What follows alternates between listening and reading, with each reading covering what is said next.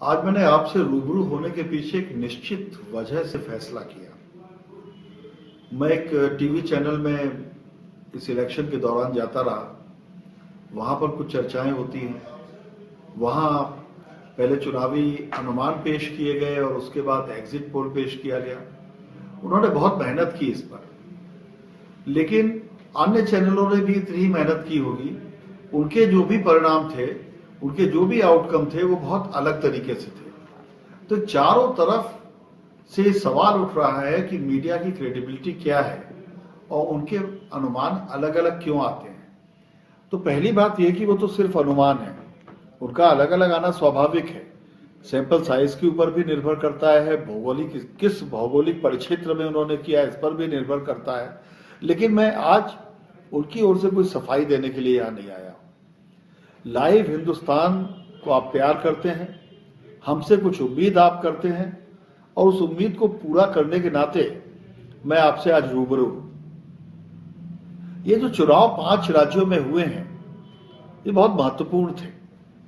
उसकी वजह ये थी कि एक तरफ नरेंद्र मोदी और अमित शाह की जोड़ी है, जो अपने सरकार और संगठन को मिलाकर चलाते हैं, बहुत जबरदस्त तरीके से चलाते हैं। और उन्होंने एक नई शैली विकसित की है राजनीति की, जिसकी वजह से ये सवाल उठने लगे हैं कि कहीं कांग्रेस मुक्त भारत का उनका सपना पूरा तो नहीं हो जाएगा। दूसरी तरफ राहुल गांधी हैं, वो पूरी शिद्दत से अपने सिद्धांतों, अपने दल को, अपने पुराने और नए सहयोगियों को जोड़कर आगे बढ़ाने की कोशिश कर रहे हैं। तो एक सवाल यह भी था कि मायावती की यह सियासी कोशिश, ये नया जो रसायन बना रही हैं, ये कितना सफल होगा। इस बार वो दलित मुस्लिम एकीकरण को लेकर आगे आई थी। कठिन काम था, क्योंकि इससे पहले बाबा साहब अम्बेडकर से लेकर अब तक तमाम लोगों ने इसकी कोशिश की, वे सफल नहीं हुए। चुनाव का परिणाम आने में अभी 24 घंटे से ज्यादा शेष है।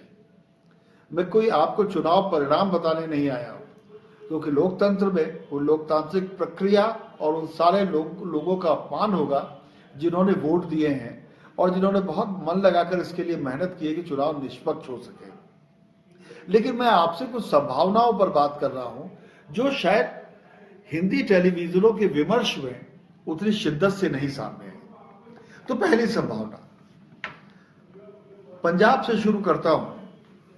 पंजाब में कांग्रेस ने अपने पुराने सिपह सालार सरदार अमरिंदर सिंह को सामने किया और अमरिंदर सिंह ने मेहनत कर 10 साल से हुकूमत कर रही अकाली पार्टी और बीजेपी के गठजोड़ के सामने कांग्रेस को खड़ा किया।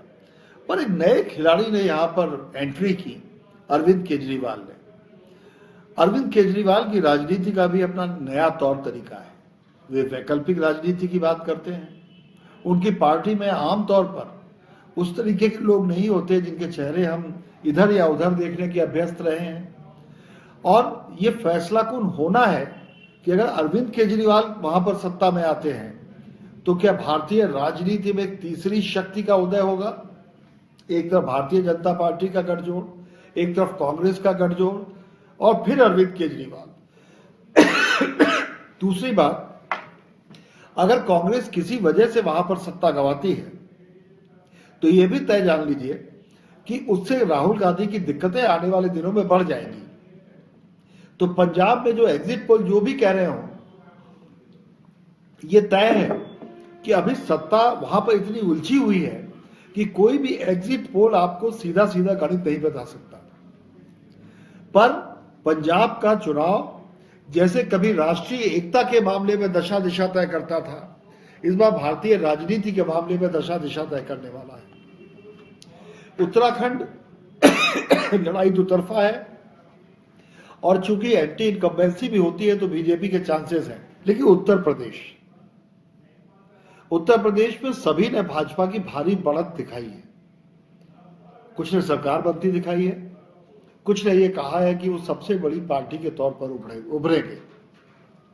अगर वो मान लीजिए सत्ता में आना है उनको, अगर वो बहुमत ले आते हैं तो कोई बात नहीं, फिर तो वो सत्ता में आ ही जाएंगे। लेकिन अगर वो बहुमत से दूर रह जाते हैं तो उनको समर्थन किसका मिलेगा। उसकी वजह यह है कि मायावती बाकायदा अपने वोटरों से वायदा कर चुकी हैं कि हम किसी भी कीमत पर भारतीय जनता पार्टी के साथ नहीं जाएंगे। वे जानती हैं कि अगर भारतीय जनता पार्टी के साथ गई तो उनको आने वाले दिनों में मुस्लिम मतों को अपने से जोड़ने में दिक्कत होगी। हालांकि वो इससे पहले ऐसा कर चुकी है। दूसरी बात ये कि यदि गठजोड़ सबसे आगे आता है अखिलेश और कांग्रेस का, और किसी वजह से वो गठबंधन नंबर 1 की स्थिति में आ जाता है और वो भी दूर रहते हैं, तो क्या मायावती उन्हें समर्थन देंगी? उन्हें समर्थन कहां से मिलेगा? समर्थन यदि मायावती उन्हें देती हैं तो एक नया फॉर्मूला इजाद हो जाएगा, जिसका कल अखिलेश यादव ने संकेत दिया कि हम बीजेपी को दूर करने के लिए मायावती का साथ दे सकते हैं या साथ ले सकते हैं। लेकिन ये अभी दूर की कौड़ी है। उसकी वजह यह है कि मायावती और समाजवादी पार्टी की लड़ाई निजी वर्चस्व की लड़ाई नहीं थी, ये एक तरह से निजी स्वाभिमान की लड़ाई थी। 2 जून 1995 को मायावती के साथ जो हुआ था उत्तर प्रदेश के एक गेस्ट हाउस में, उसको वो आज तक नहीं भूली है। हालांकि वो इसे कभी नहीं भूलेंगी, इसकी गारंटी नहीं ली जा सकती, क्योंकि राजनीति में बशीर बद्र का शेर लागू होता है, मोहब्बत, अदावत, वफा बेवफाई किराए के घर थे, बदलते रहे। एक बात और, इन चर्चाओं से परे जाकर अगर आप इन 5 राज्यों के लोगों को देखिए, तो मुझे जब मैं उत्तर प्रदेश और उत्तराखंड में घूम रहा था तो मुझे बहुत तकलीफ हुई एक चीज देखकर, एक फिनोमिना देखकर। हम जब लोगों से बात करते थे तो वो विकास की बात करते थे, हम जब लोगों से बात करते थे तो वो शिक्षा की बातें करते थे, हम जब लोगों से बात करते थे तो राजनीतिक और राजनेताओं के खिलाफ बातें करते थे। लेकिन वो वोट किसको देंगे, इसका पैमाना सिर्फ एक चीज से तय हो जाता था कि आप जब वो जवाब दें तो सिर्फ उनकी बिरादरी या उनका धर्म पूछ लीजिए। तो अगर जाति और धर्म देखकर हम वोट देते हैं तो क्या भारत के 121 करोड़ लोगों से ये सवाल नहीं पूछा जाना चाहिए? और मैं इसे थोड़ा सुधार कर बोलूंगा, क्या उन्हें खुद से ये सवाल नहीं पूछना चाहिए कि क्या हम 21वीं शताब्दी के नागरिक वाकई हैं? क्या हम संसार का सबसे बड़ा लोकतंत्र तो हैं, लेकिन हमारी कोई भूमिका संसार का सबसे महान लोकतंत्र बनाने में भी है? तो इसलिए ये चुनाव जो भी तय करेगा, सत्ता में जो भी आएगा, एक यक्ष प्रश्न आप तय जाने, ये मेरे और आपके सामने खड़ा है, हर हिंदुस्तानी के सामने खड़ा है कि हमारे लिए विकास सिर्फ एक नारा अगर है तो हमें अपने नेताओं से शिकायत नहीं करनी चाहिए। हमारे लिए अगर अपने बच्चों की शिक्षा और सुरक्षा एक नारा है तो हमें फिर देश के संविधान से गिला शिकवा नहीं करना चाहिए।